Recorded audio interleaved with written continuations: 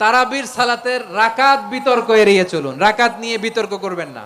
ধীরস্থির ভাবে তারাবির সালাতগুলো যেন আমরা আদায় করি। তাড়াহুড়ো করবেন না আল্লাহর ওয়াস্তে, তাড়াহুড়ো করবেন না, তাহলে কোরআন আমাদের জন্য বদদোয়া করবে। তাড়াহুড়ো করবেন তারাবির নামাজে।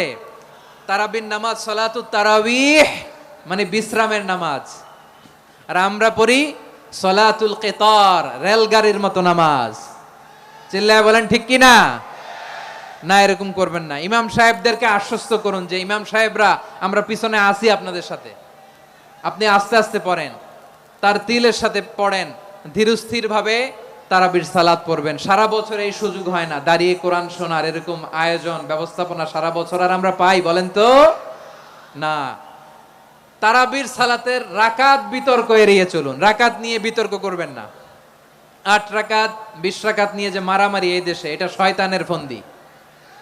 চিল্লায় বলেন এটা কার ফন্দি? আমরা 20 রাকাত পড়ি, আপনারা হয়তো 8 রাকাত পড়েন, কোনো অসুবিধা নাই। আমরা যারা 20 রাকাত আমরা পড়তেছি, আমরা 20 রাকাতের কথাই বলি, 20 রাকাত আমরা পড়বো আজীবন।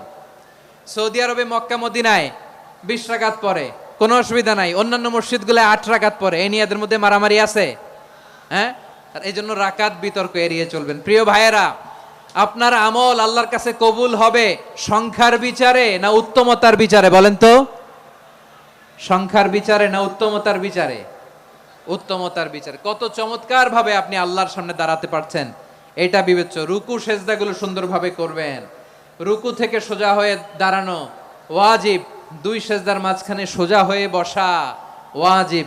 এই তা'দিলুল আরকান বাদ দিলে হানাফি মাযহাব মতে সৌ সেজদা দিতে হবে, অন্য মাযহাব মতে নামাজই হবে না, আপনার নামাজই হবে না।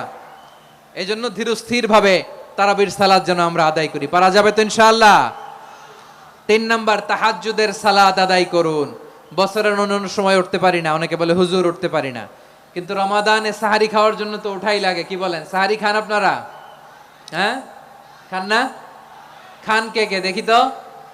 মাশাআল্লাহ মাশাআল্লাহ, এই সুন্নত পালনের জন্য 1 নাম্বার। মাশাআল্লাহ, ঠিক আছে, পালন করবেন। আল্লাহর হাবিব বলেন তাসাহহারু ফা ইন্না ফিস সাহুরি বারাকা, তোমরা সাহারি খেও, কেননা সাহারির ভেতরে বরকত ঢুকায় দিয়েছে কে? খেজুর 1 গ্লাস পানি খেলো সারা দিন আপনাকে তরতাজা রাখে কে? তো সাহারির জন্য যেহেতু উঠতেই হয়, সাহারি খাওয়ার আগে বা পরে 2 রাকাত 4 রাকাত তাহাজ্জুদ পড়া যাবে না? রব্বুল আলামিন বলেন ওয়ামিনাল লাইলি ফাতাহাজ্জাদ বিহি নাফিলাতান লাকা আসা আইয়াবআসাকা রাব্বুকা মাকামান মাহমুদা। ও নবী, রাতের কিছু অংশ সময় তাহাজ্জুদের সালাত আপনি আদায় করবেন, কারণ এই তাহাজ্জুদ হলো আপনার জন্য নাফিলাতাল লাক, অতিরিক্ত ফরজ। আপনাকে মাকামে মাহমুদে অধিষ্ঠিত করবে কে? এজন্য যারা সম্মানিত হতে চান, সম্মানের আসনে যেতে চান, তাদের জন্য তাহাজ্জুদ অবধারিত। আমরা রমজানে সাহারির আগে তাহাজ্জুদ পড়তে চাই কি চাই না? এই নামাজটারে আল্লাহ বড্ড ভালোবাসেন। কেন জানেন? কারণ গভীর ঘুমকে স্যাক্রিফাইস করে আমরা এই নামাজ পড়ি। ঘুমের আরবি জানা আছে কারো? ঘুমরে আরবিতে কি বলে? অনেকগুলো আরবি আছে। একটা আরবি হচ্ছে নুআস, তন্দ্রা, তন্দ্রা, আমানাতান নুআসা কোরআনে এসেছে। আরেকটা আছে ঝিমুনি, ঝিমুনি, এইভাবে ঝিমুনি আসে ঘুমের আগে, এটারে বলে সিনা। এটারে কি বলে? সিনা। স্বাভাবিক ঘুমকে আরবিতে বলে নাউম। স্বাভাবিক ঘুমকে কি বলে? এই সিনা আর নাউমকে আল্লাহ এক আয়াতে এনেছেন, লা তাখুযুহু সিনাতু ওয়ালা নাউম। আল্লাহর তন্দ্রা নাই, ঘুম নাই, ঘুমের আগে যে তন্দ্রা আছে ওইটাও নাই। তাহলে নুআস, সিনা, নাউম পেলাম। আরেকটা ঘুমের আরবি হচ্ছে হুজুদ। চাঁপাইনবাবগঞ্জ আওয়াজ করে বলেন, আরেকটা ঘুমের আরবি কি? হুজুদ। এটা মাঝরাতের ঘুম, শেষ রাতের ঘুম, যেই ঘুমটা বড্ড মজা লাগে। কাঁথা টেনে টেনে, ব্ল্যাঙ্কেট টেনে টেনে আরেকটু ঘুমাইতে মন চায়, আরেকটু, আর 1 মিনিট, আর 2 মিনিট, এরকম একটা মজার ঘুম শেষ রাতে আছে না নাই? এই শেষ রাতের ঘুম, এই হুজুদের ঘুমকে স্যাক্রিফাইস করে যেই সালাত পড়া হয়, ওই সালাতের আরবি নাম হচ্ছে সলাতুল হুজুদ বা সলাতুত তাহাজ্জুদ। চিল্লায় বলেন আল্লাহু আকবার। এজন্য আল্লাহ তাআলা এই তাহাজ্জুদের সালাতকে এত পছন্দ করেন। পড়বেন তো রমাদানে? 4 নম্বরে মুক্ত হস্তে দান করুন। মুক্ত হস্তে দান করুন। ওয়ামা আতাইতুম মিন যাকাতিন তুরিদুনা ওয়াজহাল্লাহি ফাউলা হুমুল মুদাইফুন। তোমরা মনে করো না যাকাত দিলে তোমাদের সম্পদ কমে যায়, এটা ভেবো না, বরং তোমরা আল্লাহর খুশির জন্য যে যাকাত দাও, তারপরে তোমার যে সম্পদ থাকে ওই সম্পদের মধ্যে প্রবৃদ্ধি দান করে কে? আপনি মনে করছেন দিলে কমে? চাঁপাইনবাবগঞ্জের ভাইয়ের আওয়াজ করে বলেন, দান করলে কি সম্পদ কমে নাকি বাড়ে? আওয়াজ করে বলেন, কমে না বাড়ে? বাড়ে। যেটা দান করেন, কামাসালি হাব্বা আম্বাতাত সাবআ সানাবিলা ফি কুল্লি সুমবুলাতিন মিয়াতি হাব্বা। 1 টাকা দান করলে এটা চারা বীজের মতো, রূপে দিলে 7টা শীষ, প্রতি শীষে হয় শত শস্য দানা। আল্লাহ যারে চায় এরকম বাড়ায় দেয়, প্রবৃদ্ধি দেয়। সুবহানাল্লাহ। এজন্য মুক্ত হস্তে দান করতে রাজি আছেন? আগে আগে জাকাত ক্যালকুলেট করে রাখেন। আপনার জাকাত বর্ষ যদি পরেও হয়, দেরি করেও হয়, ধরেন যে প্রতি বছর মুহররমে দেন, আপনি আগে দিতে পারবেন। জাকাত অগ্রিম আদায় করা যায়। সুবহানাল্লাহ বলেন। বিষ্ণু ইসা ইসলাম রমাদানে এত দান করতেন, কানা আজওয়াদান নাস, কিন্তু রমাদানে আজওয়াদুন নাস আজওয়াদু বিল খাইরি মিনার রিহিল মুরসালা। প্রবাহিত বাতাসের চেয়ে বিশ্বনবী আরো বদান্যতা বেড়ে যেত। প্রবাহিত বাতাস যেমনি সবাইরে বাতাস দেয়, আস্তিক নাস্তিক মুমিন কাফির সবাইকে শীতল করে দেয়, তেমনি নবীজির রমাদানের দান ছিল এমন, কেউ নবীর কাছে চেয়ে ফিরে গিয়েছে এর নজির নাই। জোরে বলেন সুবহানাল্লাহ। রমাদানে দান করব, ইফতার শেয়ার করব। কাউকে ইফতারি করালে সারাদিন রোজা রেখে তার যে সওয়াব, আপনি ইফতার করানোর কারণে আপনার আমলনামায় ওই সওয়াব আল্লাহ ঢুকায় দিবেন। পড়েন সুবহানাল্লাহ। সাহাবারা বললেন, নবী আমরা গরিব মানুষ, ইফতারি খাওয়ানোর পয়সা নাই। আল্লাহর হাবিব বললেন, ওয়ালাউ বিমাজকাতি লাবান, 1 ঢোক দুধ, ওয়ালাউ বিতামরা, 1টাও খেজুর, ওয়ালাউ বিশারবাতিমা, 1 ঢোক পানি খাইয়েও যদি কারো রোজা ভাঙাও, তারপরে ওই সওয়াব তোমার আমলনামায় দিবে কে? তাহলে মুক্ত হস্তে দান করুন, 4 নাম্বার। 5 নাম্বার হচ্ছে কদর তালাশ করুন। রমজানের সবচেয়ে দামি সময়। বিষ্ণু বলেন, মান হরিমা খাইরাহা ফাকাদ হরিম, যে কদর মিস করলো সে সব মিস করলো, হি ইজ দ্য লুজার। আচ্ছা বলেন, এই বরকতের মাসে আমরা কি লুজার হতে চাই না গেইনার হতে চাই? সবাই বলেনি, বলেন এই রমাদানে আমরা লুজার হব না গেইনার হব? ইন্না আনজালনাহু ফি লাইলাতিল কদরি ওয়া মা আদরাকা মা লাইলাতুল কদর লাইলাতুল কদরি খায়রুম মিন আলফি শাহর। পড়েন আল্লাহু আকবার। লাইলাতুল কদরি খায়রুম মিন আলফি শাহর, 1000 মাসের চেয়েও সেরা। 1000 মাসে হয় 83 বছর 4 মাস। 83 বছর 4 মাস টানা ইবাদত করলে যেই সওয়াব, কদরের রাতে ইবাদত করলে অতটুকু সওয়াব আপনি পাবেন, আল্লাহ সেটা বলে নাই। আল্লাহ বলে তার চাইতে বেশি সওয়াব দিয়ে আপনার আমলনামা ভরে দিবে কে? কদর যেন মিস না হয়। 21, 23, 25, 27, 29 নাকি খালি 27? আপনারা কি খালি 27?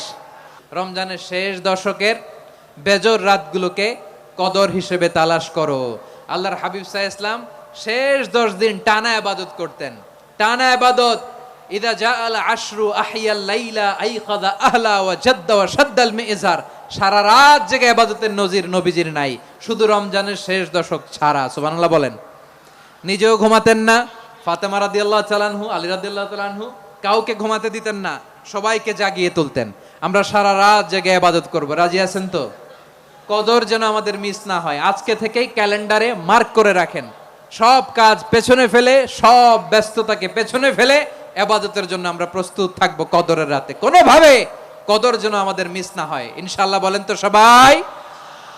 6 নম্বরে পারলে ইতিকাফ করবেন। আল্লাহর হাবিব সাল্লাল্লাহু আলাইহি ওয়াসাল্লাম প্রতি বছর 10 দিন ইতিকাফ করতেন। যে বছর ইন্তেকাল করবেন সে বছর 20 দিন ইতিকাফ করেছেন। আপনি বলবেন, হুজুর ইতিকাফ না করলে সমস্যা কি? আমার নবী একটা ইবাদত সারা জীবনেও ছাড়ে নাই, আর আপনি জীবনে একবারও করেন নাই। এবার হিসাব আপনার কাছে, হিসাব আপনার কাছে। না পারলে অন্তত রাত্রি বেলাগুলো মসজিদে কাটাবেন। পারবেন তো ইনশাআল্লাহ? সব শেষে শিশু এবং নারীদের ব্যাপারে বিশেষ খেয়াল রাখবেন। শিশুদের রমাদানের ব্যাপারে উৎসাহ দেন, তাদের প্রস্তুতি নেওয়ান, তাদেরকে রোজা রাখতে দিবেন। আমার ভাইয়েরা এবং বোনেরা, পর্দার আড়ালে মায়েদেরকে বলবো, চাপাই নবাবগঞ্জের মায়েরা, 1 দিন 2 দিন না খেয়ে থাকলে আপনার ছেলে মেয়ে মারা যাবে না। ঠিক কিনা বলেন? ওদেরকে উৎসাহিত করেন, ওদের ছোট্ট যারা রাখতে দেন, বলেন যে বাবা সকাল থেকে দুপুর পর্যন্ত না খেয়ে থাকলে তোমার অর্ধেক রোজা, এরকম 2 দিন অর্ধেক মিলে তোমার 1 রোজা। এরকম আমি কত রোজা রাখছি ছোটবেলায় কোনো হিসাবই নাই। আমার দাদি বলতো সকাল থেকে না খেয়ে দুপুর 12টা পর্যন্ত রাখলে নাকি অর্ধেক হয়, এরপরের দিন অর্ধেক, 2 অর্ধেক মিলে 1 রোজা। এটা তো আসলে রোজা হয় না, কিন্তু তাকে উৎসাহ দেয়া। ইফতার প্রোগ্রামগুলোতে নিবেন আমাদের বাচ্চাদেরকে, দেখবেন যে ওর ক্ষুধা লাগতেছে, খায় না, কারণ কেউ খায় না, একজন আজান দিচ্ছে, সবাই খেজুর নিয়ে ইফতার করতেছে। এই দৃশ্য, এই ট্রেডিশন, এই ইবাদত, এই তারবিয়া ওর আগামীর জীবনটাকে সুন্দর করবে। চিল্লায় বলেন ঠিক কিনা?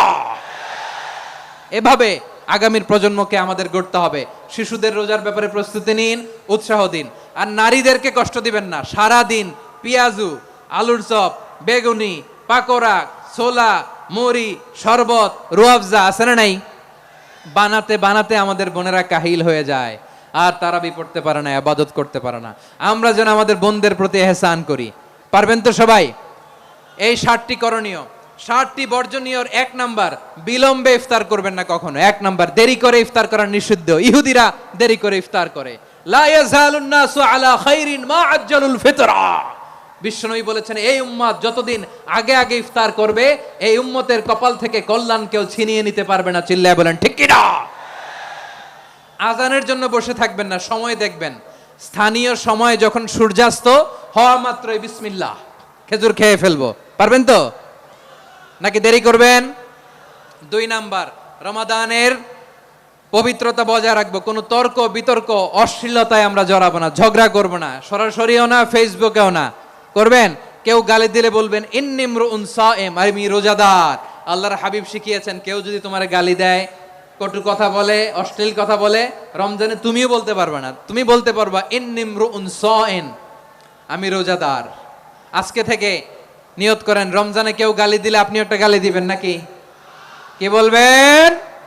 রোজাদার, রমজানের পবিত্রতা আমি ভঙ্গ করতে পারবো না। অশ্লীল নাটক, সিনেমা আমরা দেখবো না। ব্যাড হ্যাবিট থাকলে রমাদানে এটা ছাড়ার মহা সুযোগ।